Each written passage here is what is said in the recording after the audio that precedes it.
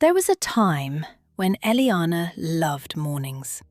Not because life was easy, not because everything always went her way, but because each new day felt full of possibility. Morning light used to mean hope, a fresh start, another chance to see God move. Back then, she would wake early, sit by her window with her Bible open on her lap, and whisper prayers into the quiet air, as though heaven was only a breath away. She believed then, not cautiously, not halfway, but deeply. She believed God saw her. She believed He heard her. She believed He would provide.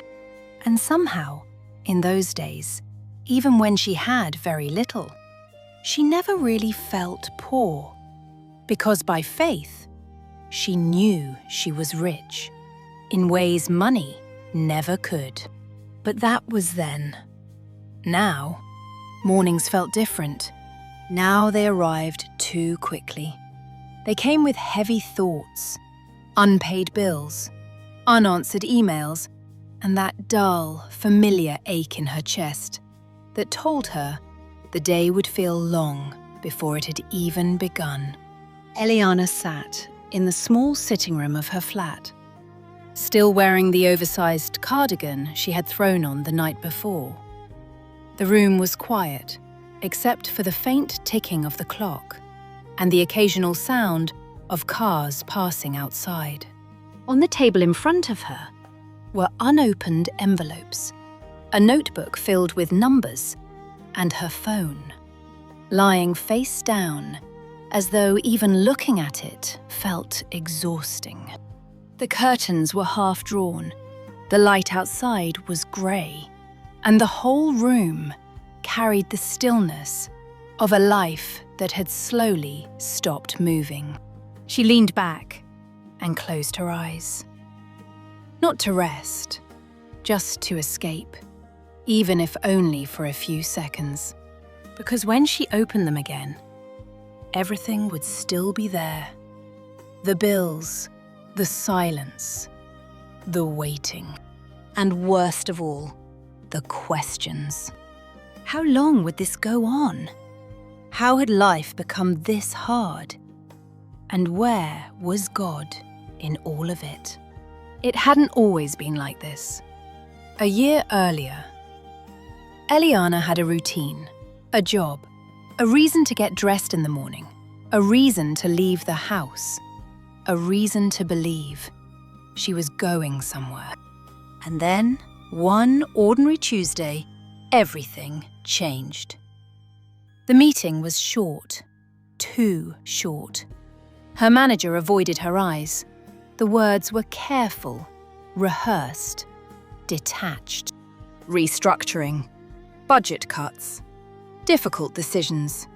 Nothing personal. Nothing personal.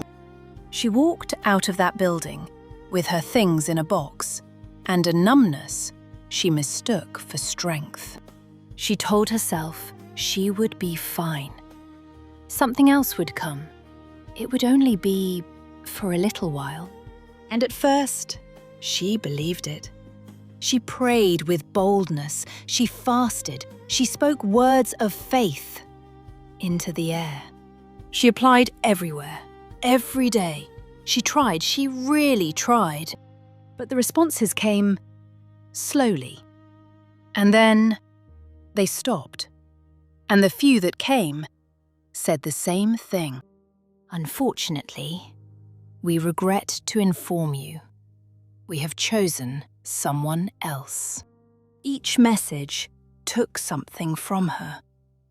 Not all at once, just slowly. Until one day, she realized she no longer checked her email with hope, only dread. The savings went first, quietly, almost unnoticed, until they were gone. She began to calculate everything, every coin, every choice, every possibility. There is a kind of exhaustion that does not come from doing too much.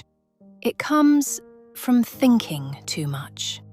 At first, she still went to church, but slowly it became harder. Harder to sit there. Harder to listen. Harder to pretend everything was okay. Eventually, she stopped going. Not suddenly, just quietly. And one evening, she sat alone, and everything caught up with her. The tears came, quietly, unstoppable. This is not how I thought my life would be. She missed herself. Not the successful version, not the busy version, but the believing version. Where had that faith gone? She stood by the window and whispered, God, where are you? And the room remained silent. But what she didn't know was that the answer was closer than she thought. Stay tuned for episode 2. Please subscribe and share.